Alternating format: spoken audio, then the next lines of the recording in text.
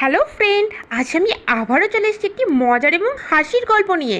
আজকের গল্প বোকা ঘন্টুর ডিমে তা দেওয়ার কাহিনী।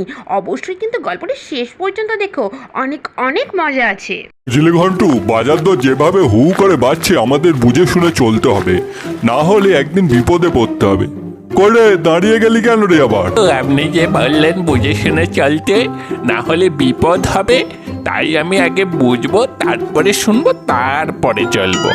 কপাল, এ কোন গাধাকে নিয়ে পড়েছি আমি? এ চলা সে চলা নয় রে হাদা মটকট কথাকার গাধা একটা। এ হচ্ছে হিসাব করে চলা, বুঝলি? কি বলছেন বাবু, হাঁটা চলার আবার হিসাব হয় নাকি?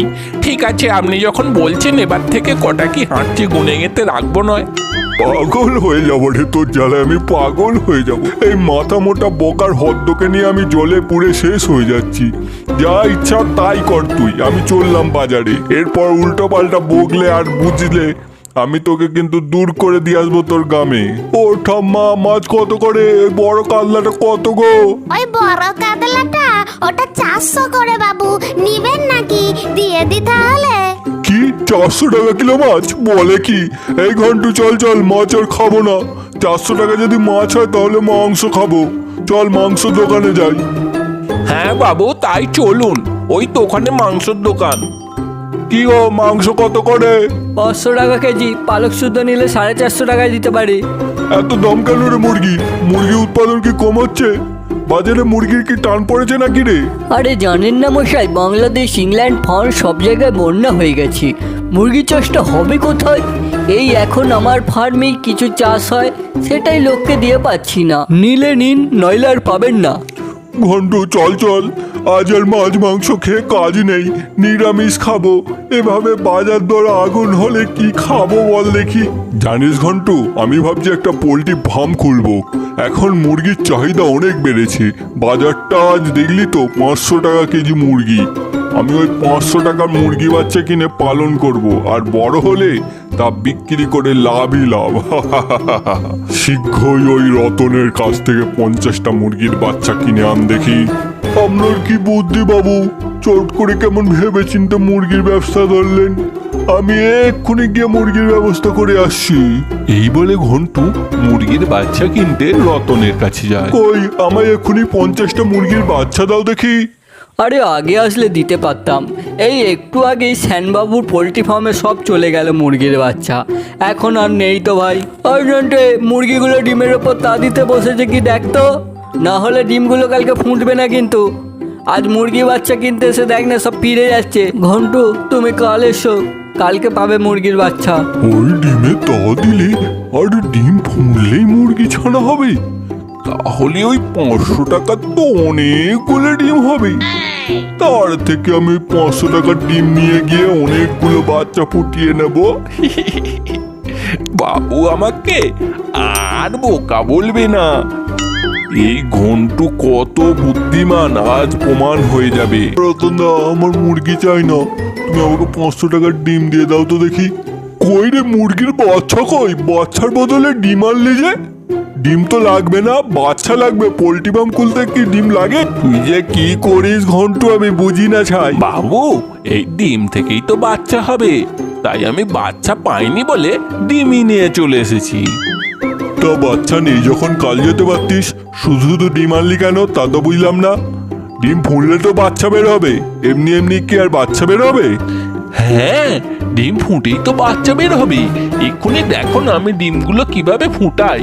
ডিমে প্রথমে তা দিতে হবে, এরপর বাচ্চা বের হবে। তা তোর ডিমেতকে তা দেবে শুনি? তার জন্যই তো বলছি, ডিমটা আনলি কেন? কে ফোটাবে ওই ডিম, আর কেই বা তা দেবে? এর জন্য মুরগি চাই, বুঝলি? গাধা কথাকার একটা। কেন বাবু, ডিমে তো আমি দেব, আর বাচ্চা আমি ফোটাবো।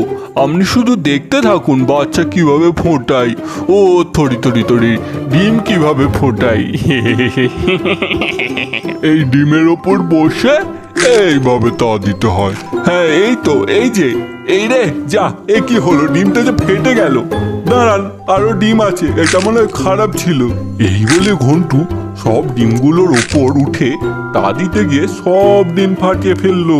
ওই রতন আমায় ঠকিয়েছে বাবু, ও বলেছিল ডিম ফুটে বাচ্চা বেরোয়, কিন্তু একটা ডিম ফুললো না, সব ফেটে গেল। দেখছি কি হবে এখন। ডিম কি ফুল নাকি রে যে ফুটবে? আর ওটা মুরগির কাজ, তোর মতো বোকার হদ্দের কাজ নয়। দূর হ আমার চোখের সামনে থেকে। তোকে দেখলে আমার গা আগে রিডি করছে। তোর জ্বালায় দেখছি আমি একদিন মরেই যাব। পরের দিন সকালবেলা ঘন্টু বাবুর বাড়িতে আসে বাবুকে ঘুম থেকে তোলার জন্য। বাবু, ও বাবু, উঠবেন না? আপনি যে বললেন আজ কলকাতা যাবেন, সকাল সকাল উঠবেন। ও বাবু, কি হলো? বাবু কেন কথা বলছে না? তার মানে বাবু কাল যে বলেছিল তোর জেলে আমি মরে যাব, তার মানে বাবু নিশ্চয়ই মরে গেছে। ও বাবু গো, কোথায় গেলে গো?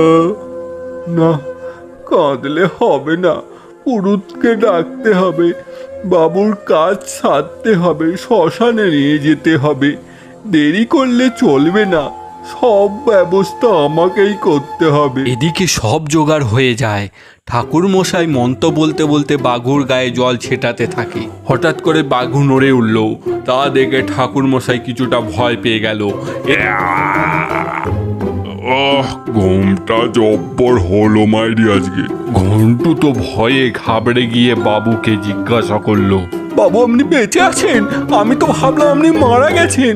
আপনি কাল যে বলেছিলেন মারা যাব, তাই তো ঠাকুর মশাইকে ডেকে এনে আপনার সব কাজ ছেড়ে ফেলেছি। বাইরে সবাই আছে আপনাকে শ্মশানে নিয়ে যাবে বলে। কি তুই মরার আগেই আমার সব কাজ সেরে আমার শ্মশানে নিয়ে যাওয়ার ব্যবস্থা করে ফেলেছিস? তোকে আজ আমি ছাড়বো না। চেলা কাঠ যদি তোর পিঠে না ভেঙেছি আমি, আমার নামও বাঘু নয়। ওরে বাবা রে, বাবু বেঁচে গেছে, সবাই পালাও পালাও। এই বলে সারাদিন বাঘু ঘন্টুর পেছনে চেলা কাঠ নিয়ে দৌড়াতে লাগলো। হাজার চেষ্টা করেও বোকা ঘন্টুকে বাঘু আর শোধরাতে পারলো না। হ্যালো ছোট্ট বন্ধুরা, আমাদের গল্প তোমাদের কেমন লাগছে? গল্পগুলো যদি ভালো লেগে থাকে অবশ্যই আমাদের চ্যানেলটি সাবস্ক্রাইব করে দাও আরও নতুন নতুন গল্প পেতে।